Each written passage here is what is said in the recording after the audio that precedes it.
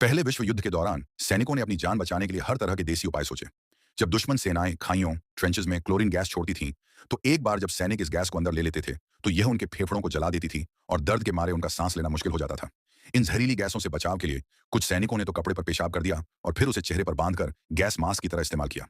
उन्हें लगा कि पेशाब गैस के जहर को बेअसर कर देगा, लेकिन बाद में वैज्ञानिकों ने पाया कि इसका असर सादे पानी जितना ही था।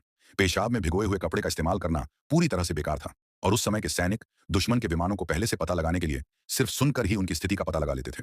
वे हेडफोन पहनते थे और एक विशाल धातु के हॉर्न को आसमान की ओर साधते थे। ये हॉर्न विमान के इंजन की आवाज को पकड़ लेते थे और पाइप के माध्यम से उनके कानों तक पहुंचाते थे। सैनिक तब तक स्टैंड को घुमाते रहते थे जब तक कि दोनों कानों में आवाज की तीव्रता एक समान न हो जाए। इसका मतलब था कि उन्होंने विमान की दिशा का पता लगा लिया था। इसके साथ ही सैनिकों का एक और समूह अलग अलग जगहों पर यही तरीका अपना रहा था। जब वे उन दोनों दिशाओं वाली रेखाओं को नक्शे पर काटते थे, तो विमान की सटीक स्थिति को चिन्हित किया जाता था।